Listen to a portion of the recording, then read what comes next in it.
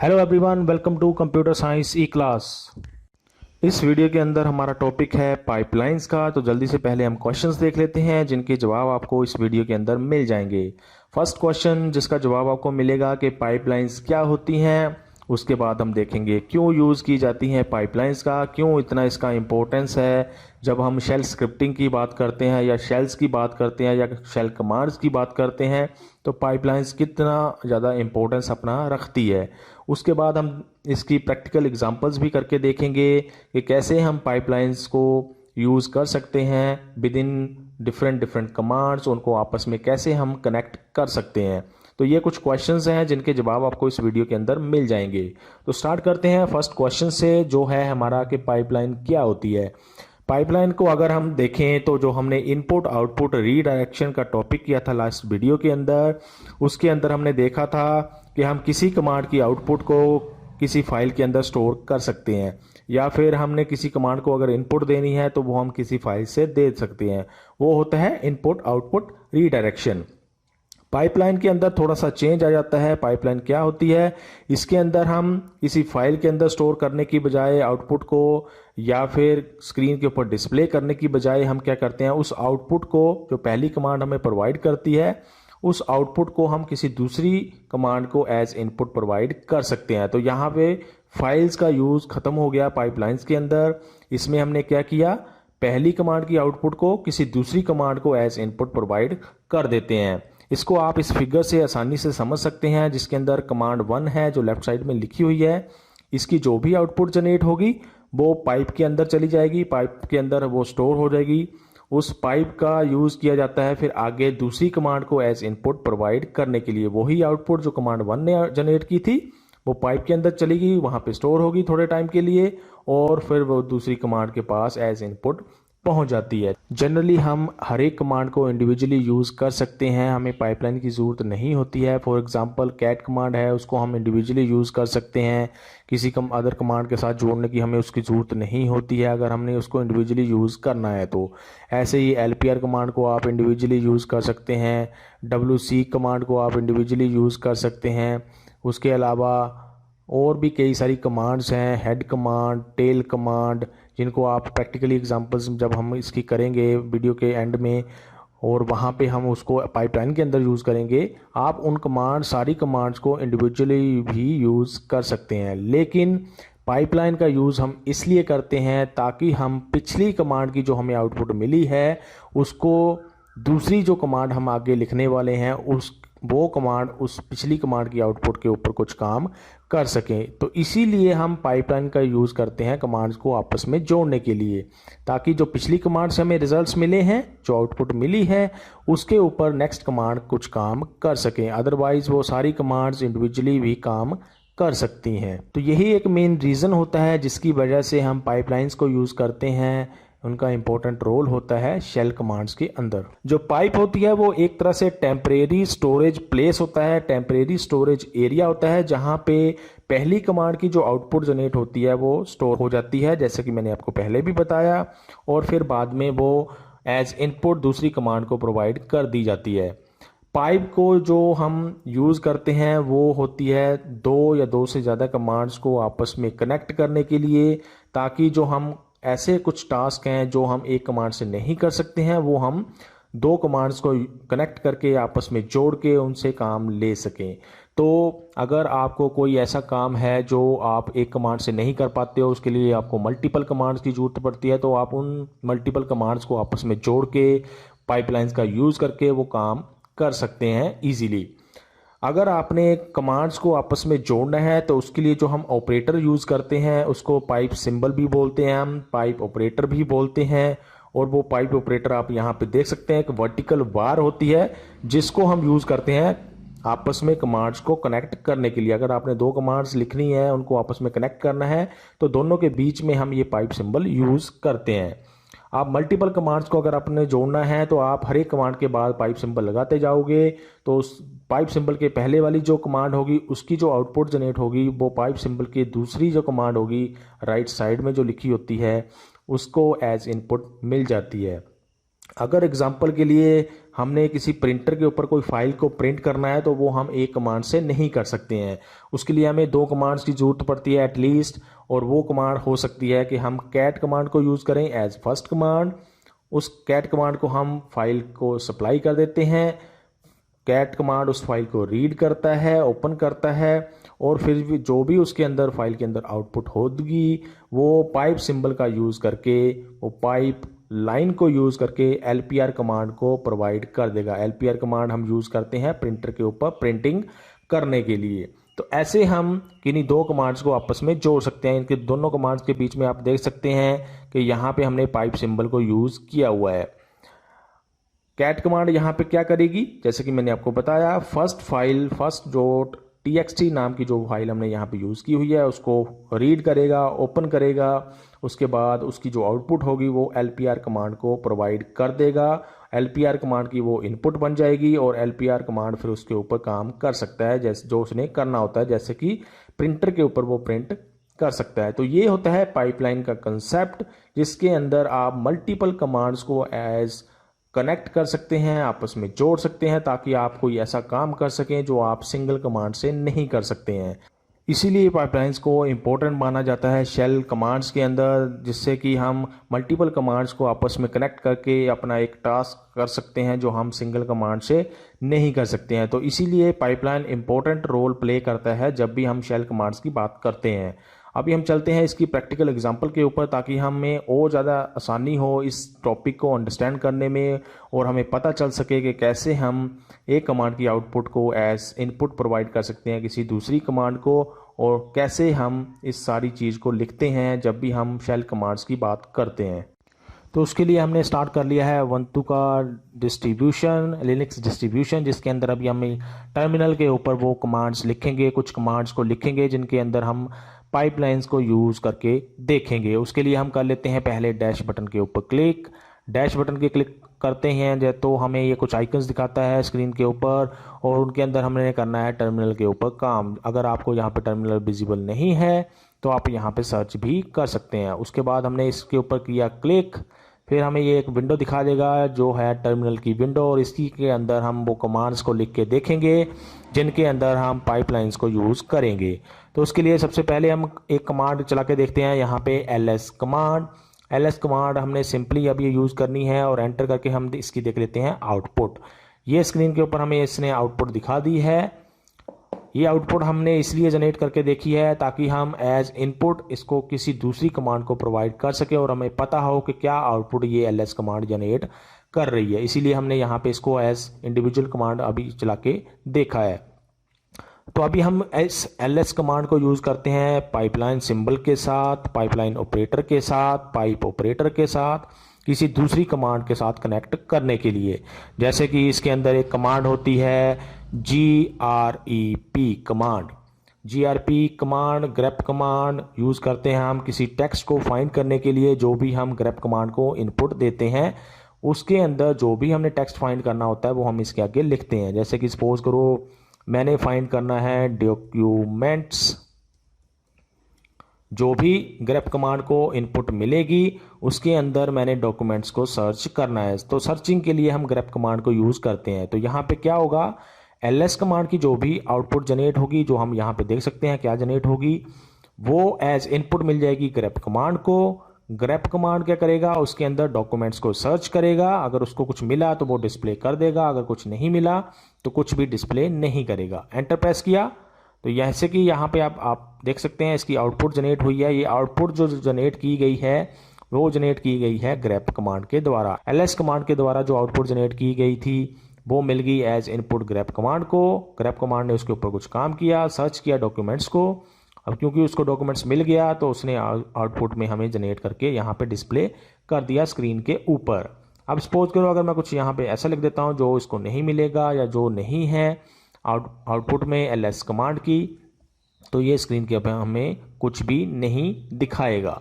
तो ऐसे हम पाइपलाइन को यूज़ कर सकते हैं दो कमांड्स को आपस में जोड़ने के लिए। ऐसे ही अगर हमने कोई और एग्जांपल लेनी है तो हम लिख सकते हैं ls, हम लिखते हैं lpr। ls कमांड की जो भी आउटपुट जनरेट होगी वो हम एज इनपुट दे रहे हैं LPR कमांड को। LPR कमांड हम यूज़ करते हैं प्रिंटर के ऊपर कुछ प्रिंटिंग करने के लिए। जो भी इसको इनपुट मिलती है वो उस प्रिंटर के ऊपर प्रिंट करता है LPR कमांड। एंटर प्रेस किया, यहाँ पे हमें आ गया एरर मैसेज। ये एरर मैसेज इसलिए नहीं आया है क्योंकि हमने कुछ कमांड में गलती लिखी है या कमांड को ही गलत लिख दिया है। ये इसलिए आया है क्योंकि इसको कोई ऐसा डेस्टिनेशन नहीं मिला या प्रिंटर इसके साथ कनेक्टेड नहीं मिला सिस्टम के साथ जिसके ऊपर ये प्रिंट कर सके। तो कमांड हमारी करेक्ट है, इसको एज इनपुट भी LPR कमांड को मिल गई है जो LS ने आउटपुट जनरेट की थी, लेकिन क्योंकि उसको प्रिंटर ही अवेलेबल नहीं मिला है इसलिए ये हमें एरर मैसेज ने डिस्प्ले किया हुआ है। अब सपोज करो आपने कोई फाइल को ही प्रिंट करना है किसी LPR कमांड का यूज़ करके प्रिंटर के ऊपर, तो हम लिखेंगे कैट। जैसे कि हमारी होम डायरेक्टरी के अंदर कोई फाइल बनी है, जैसे ये फर्स्ट नाम की फाइल बनी हुई है, तो हम कैट कमांड को यूज़ करके इस फर्स्ट कमांड को ओपन कर लेते हैं, रीड कर लेते हैं। फिर हम लगाएंगे पाइपलाइन सिंबल और फिर हम लिख देंगे LPR। अब ये क्या करेगा, कैट कमांड इस फर्स्ट नाम की फाइल को ओपन करेगा, रीड करेगा, जो भी इसकी आउटपुट जनरेट होगी वो आउटपुट मिल जाएगी LPR कमांड को एज इनपुट, और LPR कमांड प्रिंटर के ऊपर इसको प्रिंट कर देगा। क्योंकि अभी हमारा कोई प्रिंटर अटैच नहीं है तो अभी ये एरर मैसेज ही डिस्प्ले करेगा, लेकिन आप ऐसे भी यूज़ इसको कर सकते हैं। उसके बाद हम यूज़ करते हैं एक और कमांड जिसके अंदर हम पाइपलाइन का यूज़ करेंगे। उसके लिए पहले हम कर लेते हैं स्क्रीन को क्लियर। जैसे इसके अंदर एक कमांड होती है सॉर्ट कमांड। सॉर्ट कमांड को हम यूज़ करते हैं अगर जो भी हम सॉर्ट कमांड को इनपुट देते हैं उसके अंदर जो भी लिखा हुआ होगा उसको असेंडिंग ऑर्डर में या डिसेंडिंग ऑर्डर में करने के लिए, स्क्रीन के ऊपर डिस्प्ले करने के लिए, या किसी फाइल में भी हम उसको स्टोर करके रख सकते हैं। जैसे सपोज करो हमारे पास यहाँ पे सेकंड नाम की फाइल बनी हुई है, इसके अंदर कुछ कंटेंट लिखा हुआ है, ये इसको हम सॉर्ट करके स्क्रीन के ऊपर डिस्प्ले करना चाहते हैं, तो हम लिखेंगे सॉर्ट, उसके बाद फाइल का नाम सेकंड, और हमने किया एंटर प्रेस। यहाँ पे स्क्रीन के ऊपर हमने जो भी ये डिस्प्ले कर रहा है उसको हम कंपेयर कर सकते हैं इस फाइल के साथ।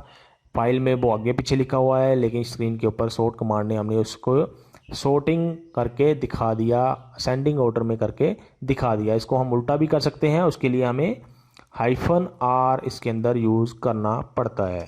-R होता है रिवर्स ऑर्डर में इसको डिस्प्ले करने के लिए, इसकी आउटपुट जनरेट करने के लिए। तो ये सिंपली हमने सॉर्ट कमांड अभी करके देखी। अब इसको हम यूज़ करेंगे पाइपलाइन के अंदर। वो हम कैसे करेंगे, हमने वही लिखा सॉर्ट सेकेंड, लगाया पाइप सिंबल। इसके अंदर एक और कमांड होती है शेल कमांड, वो होती है यूनिक कमांड। अब ये यूनिक कमांड क्या करती है, इसको यूनिक कमांड को जो भी एज इनपुट मिलता है उसके अंदर वो देखता है कि क्या कुछ चीज़ रिपीट तो नहीं हो रही है। अगर वो रिपीट हो रही है तो जितनी मर्जी बार वो रिपीट हो उनमें से सिर्फ एक बार ही वो स्क्रीन के ऊपर उसको दिखाएगा या उसकी आउटपुट जनरेट करेगा। जैसे कि आप यहाँ पे देख सकते हैं दिस इज सेकंड फाइल जो है ये 4 बार यहाँ पे 4 अलग अलग लाइंस के अंदर इसको बार बार लिखा गया है। तो यूनिक कमांड क्या करेगी, इन 4 में से सिर्फ एक बार ही लाइन को दिखाएगा, बाकी लाइंस को स्किप कर देगा, वो स्क्रीन के ऊपर हमें आउटपुट जनरेट उसकी नहीं करेगा। तो एंटर प्रेस किया, जैसे कि अब आप यहाँ पे देख सकते हैं दिस इज सेकंड फाइल जो है वो जितनी मर्जी बार रिपीट हो लेकिन वो एक ही बार यूनिक कमांड हमें दिखाएगा। तो इसीलिए यूनिक कमांड को हम यूज़ कर सकते हैं किसी दूसरी कमांड के साथ अगर हमने सिर्फ यूनिक कंटेंट्स उस चीज़ के देखने हैं जो यूनिक कमांड को एज इनपुट मिलेंगे। तो ऐसे भी आप सॉर्ट कमांड को यूज़ कर सकते हैं। उसके बाद सपोज करो आपने कोई ऐसी फाइल है आपके पास, जैसे कि हमारे पास यही फाइल है, इसके सारे कंटेंट्स हमने नहीं देखने हैं, जो इसके लास्ट में 2 लाइंस हैं सिर्फ हमने वही देखनी है।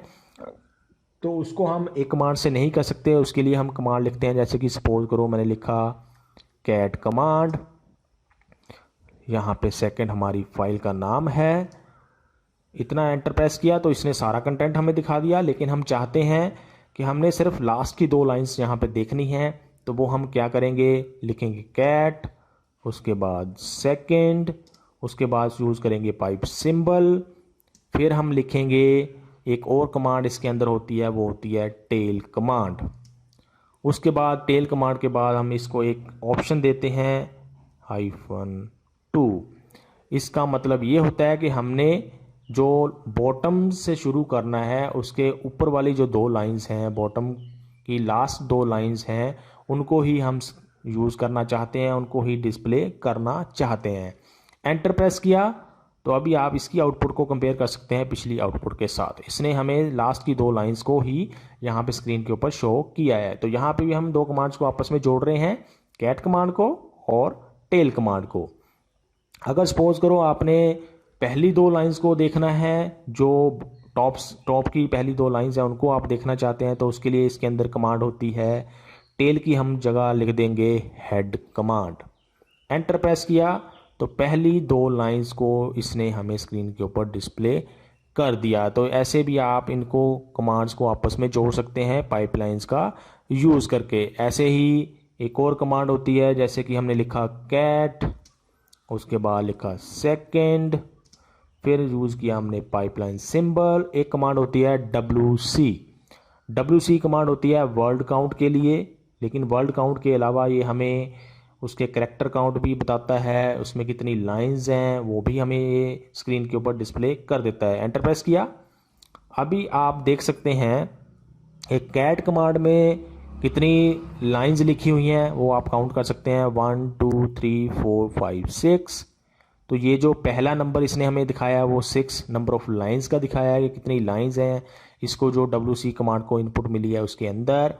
जो सेकंड ये नंबर दिखा रहा है 24, ये हमें दिखाता है कि कितने नंबर ऑफ वर्ड्स इस फाइल के अंदर अवेलेबल हैं। वर्ड्स कितने लिखे हुए हैं, दिस एक वर्ड हो गया, इज एक वर्ड हो गया, सेकंड एक वर्ड हो गया। इनको जब आप सारे को काउंट करोगे तो ये नंबर बनेगा 24। उसके बाद जो 123 इसने हमें दिखाया हुआ है ये होता है नंबर ऑफ करैक्टर्स, कितने नंबर ऑफ करैक्टर्स इस फाइल के अंदर अवेलेबल हैं जो WC को एज इनपुट हमने दी है।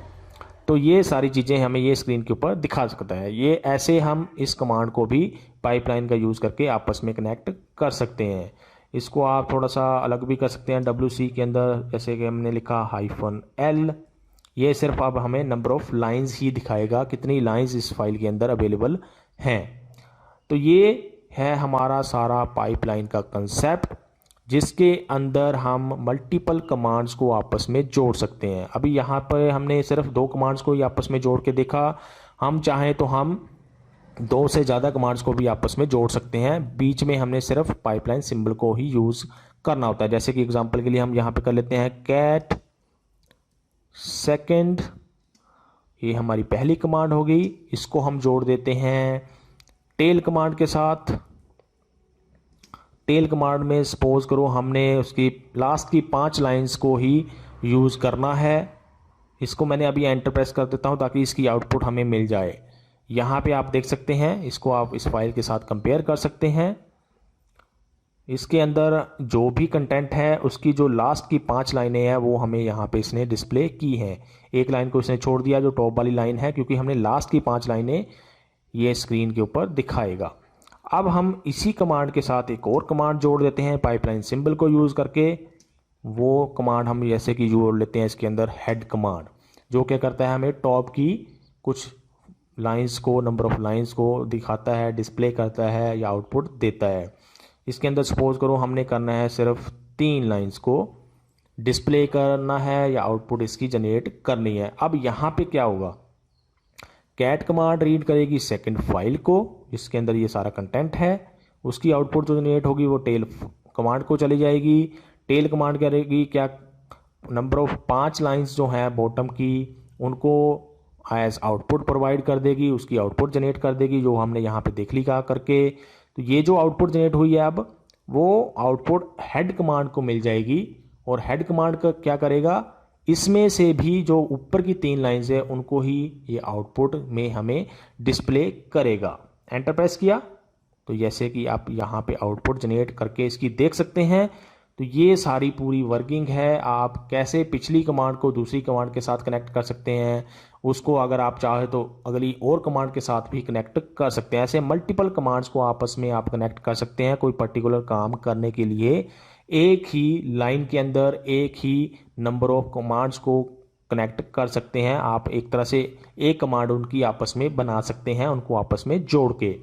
तो ये है पूरा पाइपलाइन का कंसेप्ट जिसको हम यूज़ करते हैं और बहुत सारा इंपॉर्टेंट रोल प्ले करता है ये शेल स्क्रिप्टिंग के अंदर, शेल फाइल्स के अंदर, शेल कमांड्स के अंदर।